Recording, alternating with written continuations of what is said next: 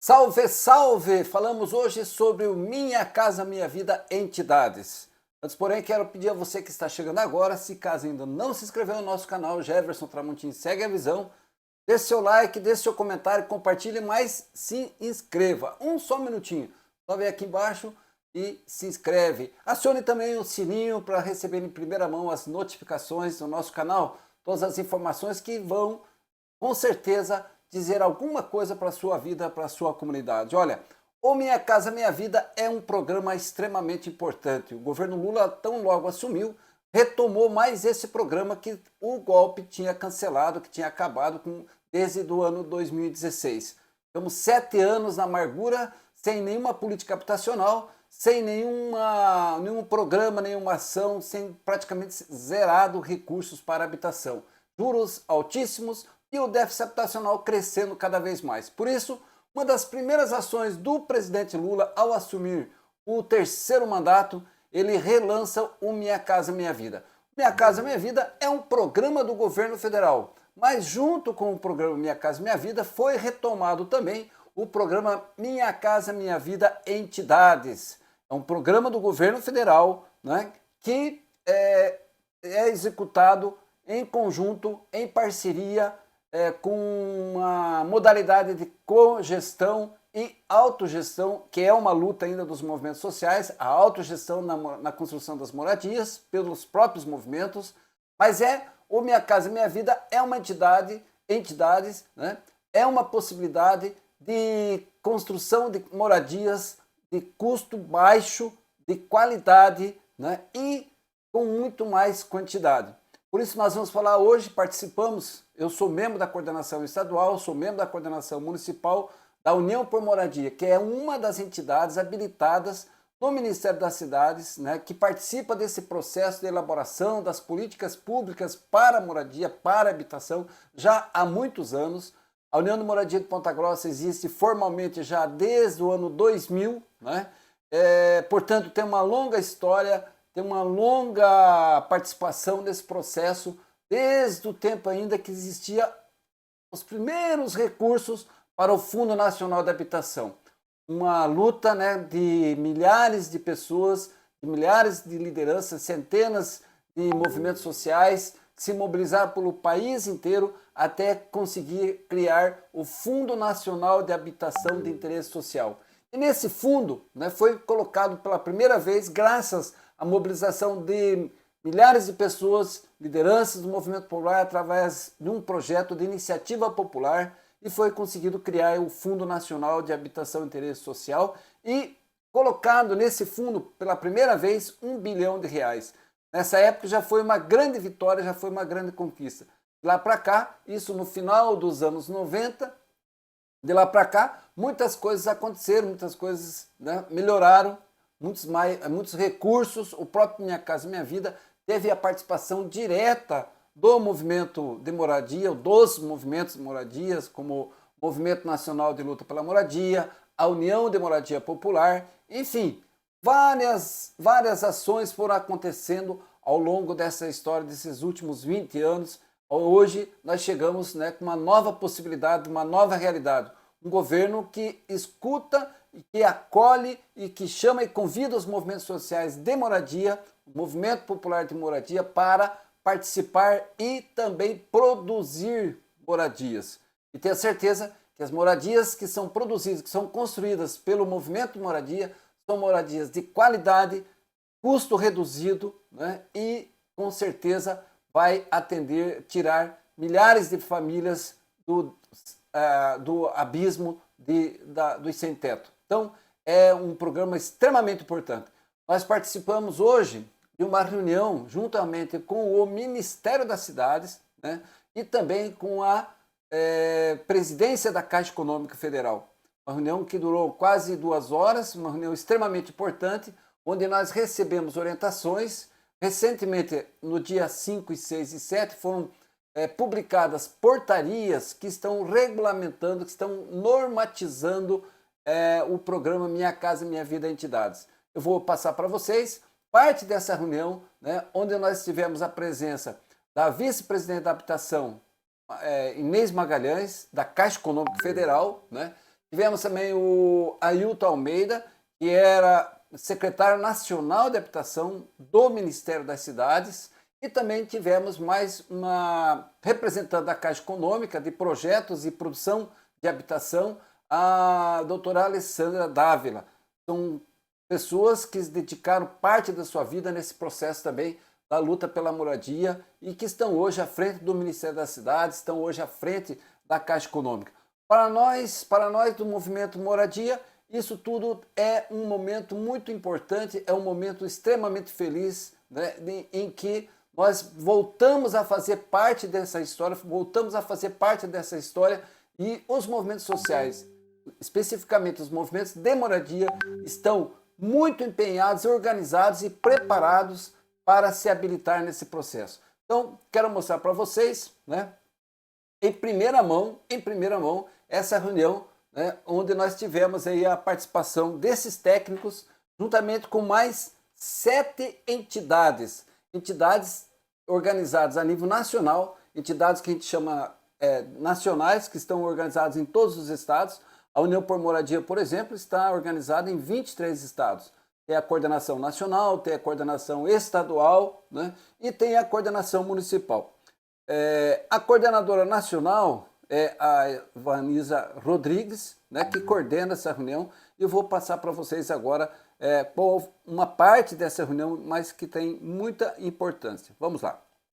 Queria aqui dar boas-vindas a todos os movimentos nacionais que estão participando desse nosso encontro de hoje, encontro com a Secretaria Nacional de Habitação. Já está aqui com a gente o secretário Ailton Almeida Madureira, já está aqui conosco também a Caixa Econômica, a vice-presidente Inês Magalhães, também do Ministério presente a Alessandra, a Amanda, presente pela Caixa também a Eleonora, o Rodrigo, acabou de entrar o Sugarrara, o Patrick, e também representantes dos movimentos nacionais que estão aí na luta por moradia digna, representantes da CMP, da CONAN, do MTD, do MTST, da UNMP, do Movimento Nacional e do MLB. Esse momento é muito importante para a gente, porque Minha Casa Minha Vida voltou. E o Minha Casa Minha Vida Entidades voltou. Aquela modalidade que, para nós, ela é mais importante porque ela constrói a casa, mas também organiza aquela comunidade que vai morar nela. Esses movimentos que eu citei participaram ativamente desde fevereiro com a construção de novas propostas, de novas normativas que já estão na rua. A partir de um grupo de trabalho chamado pelo Ministério das Cidades e pela Caixa Econômica, a gente construiu junto essas normativas. E agora, elas estão na rua, é hora de lançar. Então, esse nosso encontro vai servir para a gente poder seguir adiante e fazer a luta por moradia digna acontecer e concretizar esses projetos. Está aqui comigo para coordenar esse dia o nosso companheiro Cristiano do Movimento Nacional. Boa tarde, companheirada. Esse é um momento importante, um momento de troca de experiência, de levantamento de dúvidas.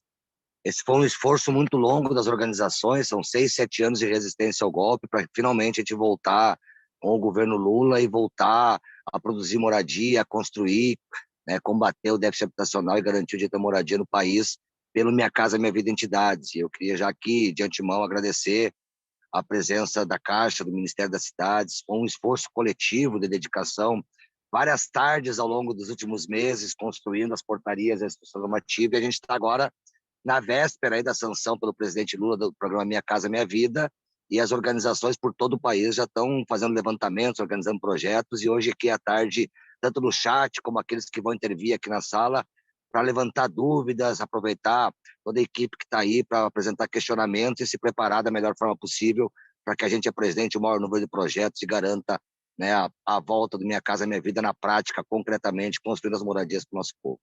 Vamos lá, Eva, a gente conseguiu finalmente entrar ao vivo, né? Então vamos aproveitar a equipe que está aí, tem muita gente já assistindo, muita gente comentando no chat, para a gente começar esse nosso bate-papo aqui, que vai ser pedagógico, construtivo, para nós se preparar para o próximo período. É isso. Isso mesmo. E para começar nosso encontro, a gente quer passar a palavra para o nosso secretário nacional de habitação, secretário Ailton Almeida. Boa tarde, então, a todos, a todas aqui. É um prazer estar conversando hoje com as entidades.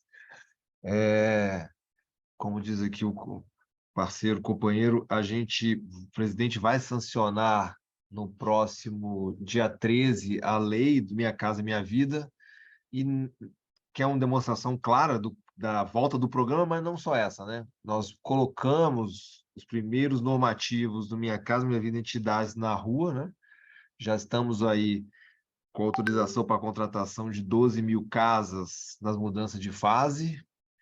Abrimos também a possibilidade da contratação de mais 16 novas mil unidades habitacionais, que é foco um pouco dessa conversa de hoje da gente aqui, tirando dúvidas, esclarecendo como que vai ser a habilitação, a inscrição. Mas não só isso, a gente já estamos no esforço de retomada e conclusão de obras que a gente começou no primeiro dia, né? E a gente está aí nesse esforço de retomar e concluir 20 mil unidades habitacionais que foram contratadas nos anos anteriores, no esforço de 500 milhões de reais, que se somam a quase 4 bilhões, a mais de 4 bilhões de reais de esforço para a conclusão dessas 28 mil casas aqui das entidades. Fruto de uma conversa longa aqui com as entidades, com a participação de todos, a gente conseguiu trazer inovações para essa contratação. Estamos em busca de terrenos melhores, em localização melhor, que já era e já é uma característica das entidades. O ministro Jader Filho sempre destaca a qualidade das habitações que ele tem visitado as entidades, que demonstra a seriedade que é feito o trabalho aqui. Mas tem várias inovações que a gente está implementando nesse programa Minha Casa Minha Vida no governo Lula 3. Enfim, então o dia de hoje espero que seja muito proveitoso, que a gente possa ir trocando ideias, esclarecendo dúvidas, para que assim que a Caixa abrir a seleção, o máximo de entidades aqui possam se inscrever e ser selecionadas nesse processo. Queria agradecer, fico aqui para a gente ir esclarecendo dúvidas e tenho certeza, reforçar com o Evaniz e o companheiro Cristiano, que o Minha Casa Minha Vida voltou e voltou forte com a entidade, tá? Essa retomada de obra, 20 mil obras e a seleção de 28 mil novas casas demonstram a força que está retomando o programa Minha Casa Minha Vida. Boa tarde a todos, uma tarde bem proveitosa para a gente.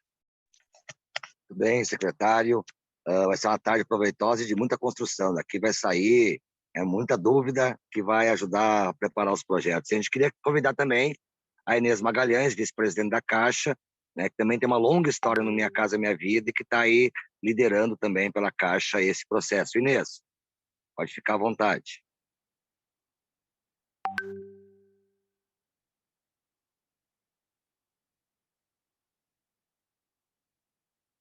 Alô, Inês? Não sei se é só eu que estou com dificuldade aqui. Estava no mudo, eu tinha fechado o microfone, desculpa. Ok, Não, fica à então, vontade. nós temos também, né, eu agora jogando em nova posição, também tenho liderado um esforço na DIAB para, digamos, reconstruir uma vice-presidência e perdeu uma parte importante da sua atuação, né, que faz parte do DNA da Caixa Econômica, que é a habitação de interesse social. Né?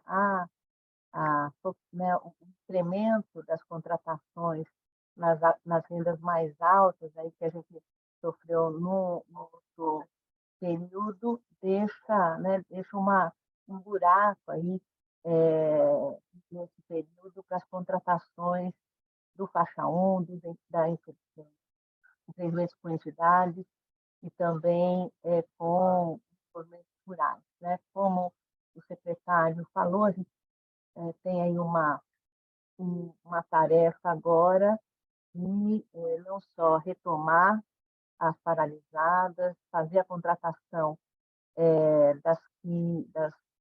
dos empreendimentos que mudaram de fase e fazer os últimos acertos para iniciar a contratação do Minha Casa Minha Vida Entidade.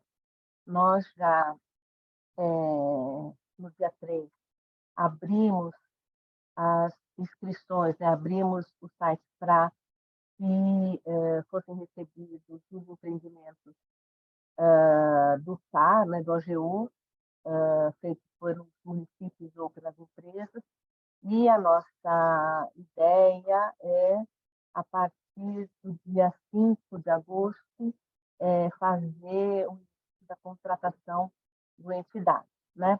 A lógica aqui é que nós vamos colocando aí os pratinhos para rodar com o menor prazo possível, né? Então, nós estamos, por outro lado, também nos preparando aqui internamente, né? Vocês vão estar com a presidente da Caixa aí nos próximos dias, teremos aí o lançamento no dia 13, que é um marco importante de retomada do programa, e estamos aí à disposição para os esclarecimentos. A ideia é que a gente, antes do início da contratação, a Caixa faça uma apresentação bem detalhada do passo a passo, né, do processo, do início do processo, por onde a documentação vai ser recebida, quem pode ser procurado em caso de dúvida nas viáveis, enfim. A ideia é que a gente faça antes do início das contratações, um novo encontro, aí sim um encontro mais operacional, né, com todas as entidades que tiverem interesse, para passar o passo a passo do início das contratações. Obrigada, Inês, um prazer estar com você aqui com a gente, para a gente poder seguir adiante, né, nesse programa que para a gente é tão importante, né, um programa que a gente foi construindo pouco a pouco, foi construindo com muito cuidado e com muita luta do movimento popular.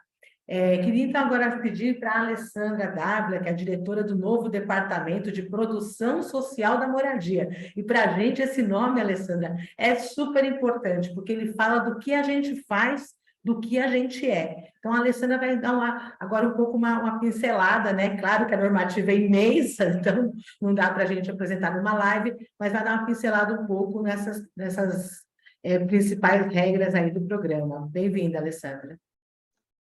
Obrigada, Evanisa. Boa tarde a todos e todas. Agradecer aí o convite, é sempre um prazer estar aqui nesse diálogo. E, como ela falou, eu vou trazer a parte mais, já começar a trazer a parte mais operacional, fazendo uma pincelada geral em relação aos principais pontos, né, da normativa, o que trouxe aí de inovação, para poder deixar aí bastante tempo para o diálogo, as perguntas, né? Então, esse aqui. Então, a primeira questão que eu quero ver com vocês está certinha, a projeção? Sim. Tá? Então, eu vou trazer aí um pouquinho, né? A Evanisa comentou, né, que esse processo foi um processo colaborativo, né? Então, a gente fez uma discussão que durou aí 15 semanas, né?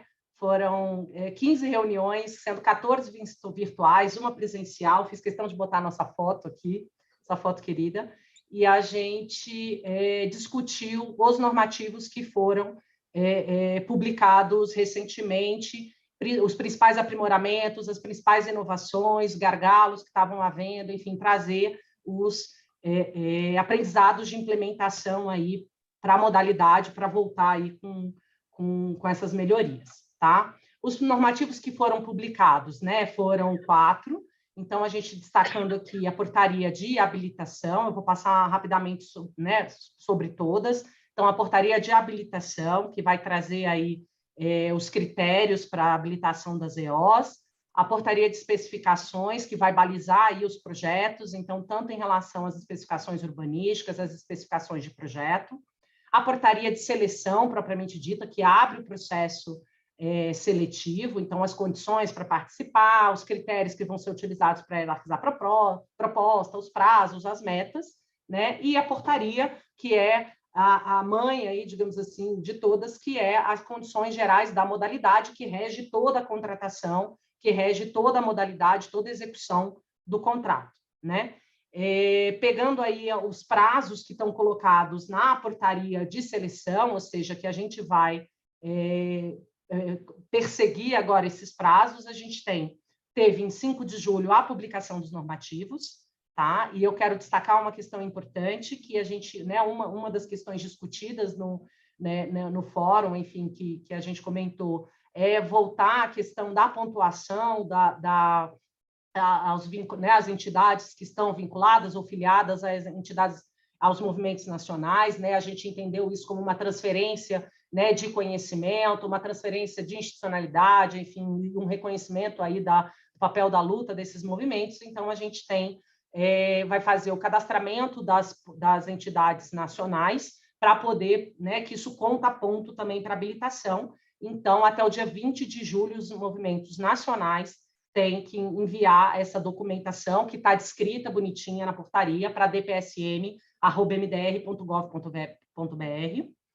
E aí a gente vem, dia 7 de agosto, né, a abertura propriamente dita do processo de seleção, né, como a vice-presidente Inês colocou, ela, né, se a Caixa talvez consiga aí adiantar alguns dias, mas esse é o prazo normativo, esses todos são os prazos normativos aí que a gente está colocando. 5 de agosto cai num sábado, então primeiro dia útil, 7 de agosto, até 5 de outubro para apresentação de documentos da habilitação da EO e da seleção de propostas, né?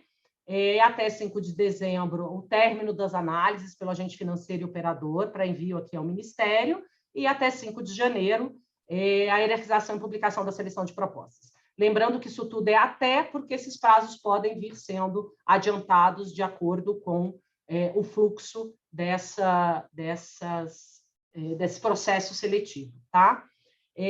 Quais que são as inovações aí em relação à portaria de habilitação? Todas as entidades deverão se habilitar. O último processo de habilitação que a gente teve foi em 2000, eu não lembro se 16 ou 18, enfim, mas já fazem no mínimo aí 5 anos. Então, tem um entendimento, teve entidades, né, que, enfim, tiveram novas experiências, podem se qualificar, tiveram entidades que não existem mais. Então, a gente entende que o cadastro de habilitação que a gente tinha não está mais válido, que todas as entidades, a habilitação que vocês têm está válido, claro que foi para a contratação das propostas em andamento, isso se mantém, mas para apresentar uma nova proposta precisa ser habilitado novamente, né?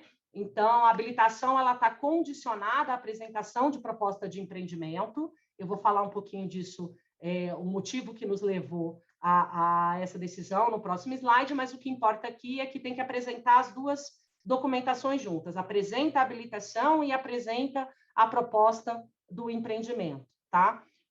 A requalificação também é só em caso de apresentação de proposta, então a gente está falando que a habilitação não é mais um processo desvinculado dos ciclos de seleção, tá? Mas, uma vez habilitado, a habilitação é válida até 31 de dezembro de 2026, tá? Então, assim, durante esses 4 anos, vão ser lançados os ciclos de seleção, e, com isso, essa habilitação estará válida.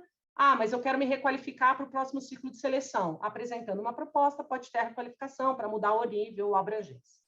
As certidões vencidas, claro, deverão ser renovadas para nova apresentação da proposta, e o fluxo que a gente vai ter para isso entra no CISAD para pegar o protocolo, né, para depois enviar a documentação, tanto de habilitação quanto da proposta, pelo site, né, que a Caixa vai disponibilizar, enfim, todo esse trâmite mais operacional em relação a como isso será feito, né, nos sistemas da Caixa, como foi colocado aqui também, isso vai ser para um encontro posterior. A gente está aqui focando agora sobre as documentações que é importante já ir juntando para poder, quando esse processo abrir, ele poder ser colocado no site imediatamente. Então, o resultado da habilitação ele é possível ver pelo CISAD, e o resultado da seleção, claro, vai ser uma portaria aqui do Ministério. Tá? Só falando essa questão, né, que isso foi discutido com os movimentos nacionais aí, mas que é importante a gente socializar essa informação do motivo dessa decisão, né? A gente teve aí a gente tem um esforço operacional gigantesco para essa habilitação, que muitas vezes não acaba se desvinculando aí do objetivo do programa. Então, no último ciclo de habilitação, a gente teve quase 6.000 entidades propondo habilitação, sendo que só 1.000 chegaram a cabo com a sua habilitação e só 260 259 que chegaram a contratar, né? Então, era um esforço operacional de documentação das próprias entidades, inclusive, que não chegavam a trazer aí uma contratação dentro do programa, então entendeu-se pertinente essa vinculação, tá? Em relação à portaria de habilitação, está bem definidinho lá na portaria, então eu não vou trazer tudo aqui, né? Os documentos, quais que são os anexos, quais que são as declarações que são necessárias, declaração da EO vinculada ou filiada, e aí tem aquela questão de tem que estar, o movimento nacional tem que ter se cadastrado aqui no Ministério por aquele meio que eu passei, né? E a gente tem aí as pontuações para poder ter os níveis de abrangência, enfim, e uma das questões importantes que foram discutidas também, que é uma dúvida frequente que se tem, este nível, ele considera o que ainda está em andamento? Como a gente fez toda uma discussão em relação ao que se teve, né, uma desaceleração forte aí da modalidade, enfim, então, por isso toda essa repactuação em relação às suplementações, enfim, em relação aos términos de obra, esse passado ele não vai computar aí no nível. Então, a habilitação é para um novo nível para apresentação de novas propostas, tá? Essa é uma dúvida frequente que tem subido aqui também. Vou trazer só 2 pinceladas para vocês ficarem atentos em relação à portaria de especificação, uma portaria ampla, que traz aí muitas questões em relação ao que se tinha de questões construtivas dentro dos empreendimentos do Minha Casa, né? Mas que a gente sabe que é menos um problema no entidades, que a gente tem um outro nível de construção aí no entidades, né, em muitos de seus empreendimentos. Mas é uma questão importante para se atentar os novos portes máximos de empreendimento que tem, né? Isso também está tudo detalhadinho na portaria, e que a gente tem também novos valores, né? Em relação para essas propostas, elas têm que ser viáveis, elas têm que olhar para esse valor máximo, para o que elas vão propor em relação a tamanho de unidade, em relação a método construtivo, tudo isso, para caber dentro desses valores, esses valores regionalizados. O valor limite global, né, que é o que está dado aí por uma portaria interministerial, é 170 mil, mas a gente tem esses valores regionalizados, e a gente tem, inclusive, né, a questão do que a gente chama, né, não está escrito assim na portaria, mas que é o subsídio de localização, que são terrenos de padrão superior, isso está dito na portaria também, o que isso significa, ou seja, com mais disponibilidade de infraestrutura, eles podem acrescentar 10% do valor da unidade, né? Tem uma outra questão importante dentro do programa, o Minha Casa Minha Vida Entidades é o que consegue viabilizar aí retrofit, requalificação de imóveis, né, em áreas centrais. Isso para a gente é bastante relevante, bastante importante, né?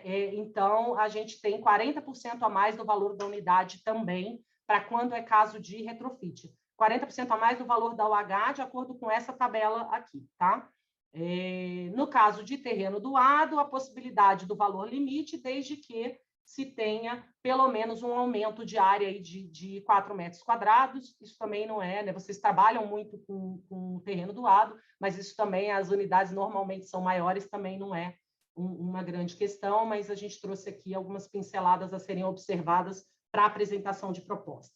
A portaria de seleção, ela vai trazer as condições de enquadramento da proposta, né? O que tem aí de inovação é que a gente tem níveis de exigência para o terreno agora, então, tanto para o terreno mínimo, né, que tem que ter um mínimo de infraestrutura, quanto para poder se utilizar desse subsídio de localização, vai precisar de uma vistoria para enquadramento do terreno, vai ter que botar na documentação o que tem de disponibilidade de infraestrutura, que o agente financeiro, por meio de vistoria, vai verificar, né? A gente também publicizou os critérios que a gente vai utilizar, eles estão em 3 categorias, são territoriais, sociais e de projeto.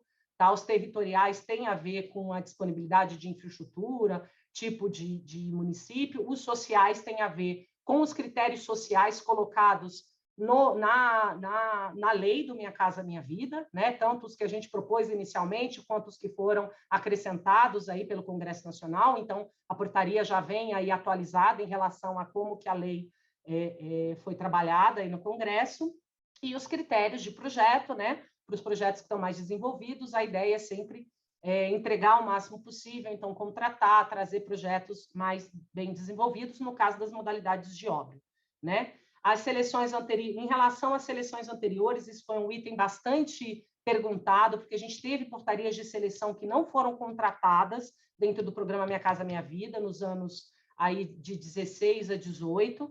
A gente considerou uma pontuação para essas portarias, ou seja, para os empreendimentos que foram selecionados por essas portarias e não foram contratadas, a gente considerou todas elas, tá?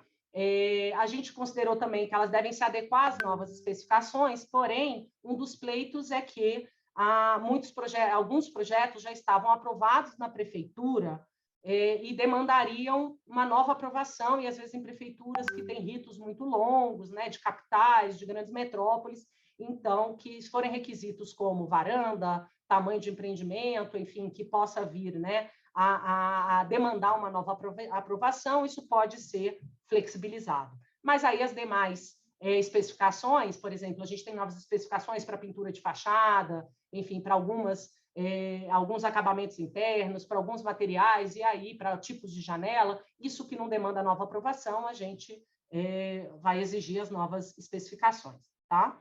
E uma questão, né, a prioridade absoluta aí para as propostas em áreas da União, em retrofit e em áreas centrais de grandes cidades, tá? Bom, aí só para trazer um pouquinho da meta, o secretário já colocou as 16 mil unidades distribuídas pelo déficit. A gente persegue aí a questão do déficit, mas a gente sabe que, né, porque é a nossa questão de política pública a ser enfrentada, mas a gente sabe que isso depende de uma mobilização, de uma disponibilidade de propostas na ponta em relação a essa distribuição. Então, a gente tem aí uma autorização para o remanejamento entre o EFES, dependendo de como subirem as propostas, né? A gente colocou aí que serão recepcionadas propostas até 2 vezes a meta da unidade da federação. Então, isso é um alerta em relação à importância de se cadastrar já nos primeiros momentos aí da disponibilização do site, enfim, quando abrir mesmo a seleção. Por isso, inclusive, a gente está fazendo essa preparação e divulgou com antecedência essas normativas para vocês já separarem a documentação, já digitalizarem, porque isso vai ter que ser entregue digitalizado para a Caixa. Então, já deixarem tudo pronto para quando abrir o processo seletivo, vocês já poderem entrar com essa documentação, né? Outra questão importante é que isso aqui não considera a mudança de fase, tá? Então, as 12 mil unidades da mudança de fase são uma meta separada dessas de 16 mil, o secretário tinha falado isso também, e que a gente retomou aí a modalidade, né, conhecida como compra antecipada, que é a aquisição de terreno e elaboração de projeto, tá?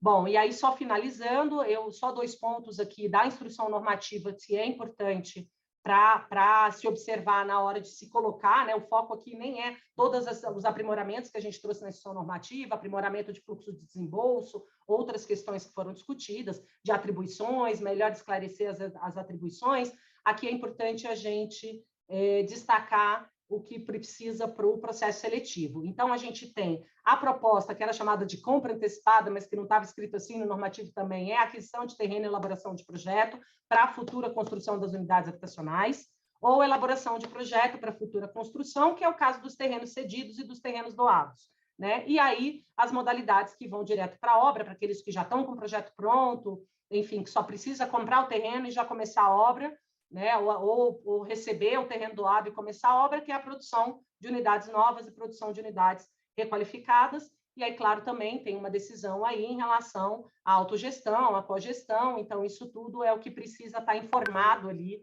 no processo seletivo para poder enviar a proposta, tá? E era isso, a parte mais assim, bem enxugadinha, assim, né? As normativas são grandes. E qualquer dúvida aí também pode estar enviando para dpsm@mdr.gov.br. Eu agradeço aí pela atenção e paciência. Aí, né, gente? Essa é mais uma oportunidade. É o Minha Casa Minha Vida, é o programa do governo federal, né, em parceria com o Movimento Moradia. É mais alternativa. Você que paga aluguel, você que mora de favor com os parentes, com o pai, com a mãe, com a sogra, com o sogro, você sabe o quanto é importante a moradia, ter a sua casa própria. E o Minha Casa Minha Vida Entidades é mais uma alternativa, né? É mais uma alternativa que vem trazer a solução para o déficit habitacional. Notícia boa do secretário nacional que diz, né, que já foram recontratadas 20 mil unidades que estavam paradas, abandonadas, né, pelo governo Temer, pelo governo do Jair Bolsonaro, infelizmente, mas com a volta do Lula, com a volta do programa Minha Casa Minha Vida, já foram retomadas essas obras. E temos mais aí a previsão, né, no orçamento, a partir já desse ano, de contratação de mais 16 mil unidades para o Minha Casa Minha Vida Entidades. Veja só, não estamos falando aqui do Minha Casa Minha Vida geral, o amplo, né? Aqueles que são feitos em parceria com as prefeituras, aqueles que são feitos em parceria com as construtoras, aqueles que são feitos, aquelas que são feitas pelo governo de estado, enfim.